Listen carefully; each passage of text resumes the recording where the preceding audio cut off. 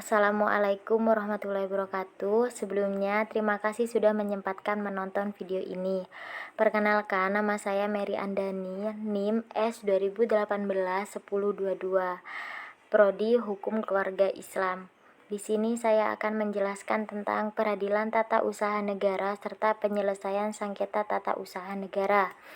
Baik, yang pertama yaitu karakteristik serta prinsip-prinsip dalam peradilan tata usaha negara, yang meliputi pertama, asas praduga sah, yaitu asas yang mengandung makna bahwa setiap tindakan penguasa selalu harus dianggap rematik sampai ada pembatalannya. Dengan asas ini, gugatan tidak menunda pelaksanaan keputusan tata usaha negara yang digugat, terdapat dalam pasal 67 ayat 1 Undang-Undang Nomor 5 Tahun 1986. Yang kedua, asas pembuktian bebas, yaitu hakim yang menetapkan beban pembuktian.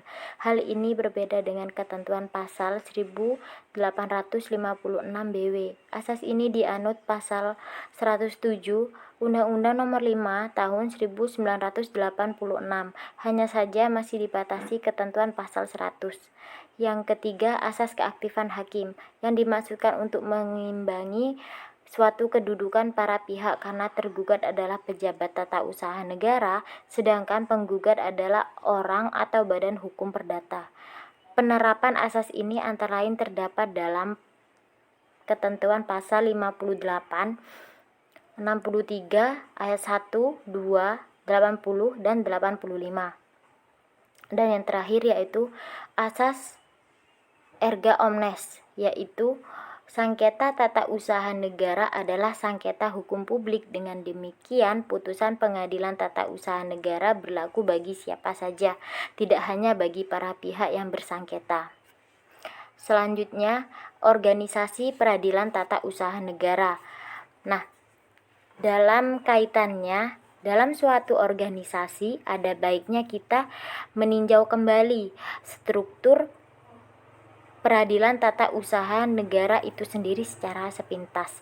Dan dalam ketentuan pasal 8 Undang-Undang Nomor 5 Tahun 1986, pengadilan tata usaha negara itu terdiri dari Pengadilan Tata Usaha Negara yang disingkat PTUN dan Pengadilan Tinggi Tata Usaha Negara yang disingkat PTTUN. Pengadilan Tata Usaha Negara ini dibentuk dengan putusan-putusan Presiden pasal 9 Undang-Undang Nomor 5 Tahun 1986. Sedangkan Pengadilan Tinggi Tata Usaha Negara dibentuk dengan undang-undang. Selanjutnya, ada alasan-alasan menggugat. Nah, di sini terdapat beberapa ketentuan dalam memberikan keputusan tata usaha negara yang digugat. Yang pertama yaitu bertentangan dengan ketentuan-ketentuan dalam peraturan perundang-undangan yang bersifat formal, dan yang kedua bertentangan dengan ketentuan-ketentuan dalam perundang-undangan yang bersifat material atau substansial, dan yang ketiga dikeluarkan oleh badan atau pejabat tata usaha negara yang tidak berwenang. Baik, selanjutnya yaitu petitum dalam gugatan. Di sini cara mengajukan gugatan yaitu gugatan sengketa tata usaha negara diajukan harus secara tertulis kepada pengadilan yang berwenang. Nah, meskipun orang itu tidak pandai menulis, mereka tetap bisa mengajukan atau mengutarakan keinginannya untuk menggugat kepada panitera pengadilan yang akan membantu merumuskan gugatannya dalam bentuk tertulis. Nah, kenapa gugatan harus tertulis? Sebab hal itu akan menjadi penanganan bagi pengadilan dan para pihak selama pemeriksaan terhadap sengketa tata usaha negara yang bersangkutan.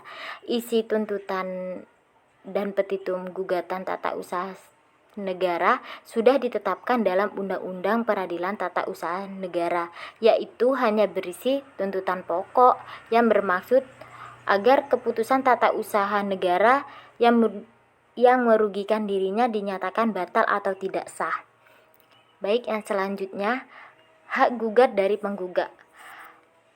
Maksud dari hak gugat berdasarkan ketentuan pasal 53 ayat 1, yaitu yang dapat bertindak sebagai penggugat adalah yang pertama itu orang atau badan hukum perdata, dan yang kedua yang kepentingannya dirugikan oleh suatu keputusan tata usaha negara, dan dengan demikian harus ada hubungan kasual antara keputusan tata usaha negara dengan kerugian atau kepentingan.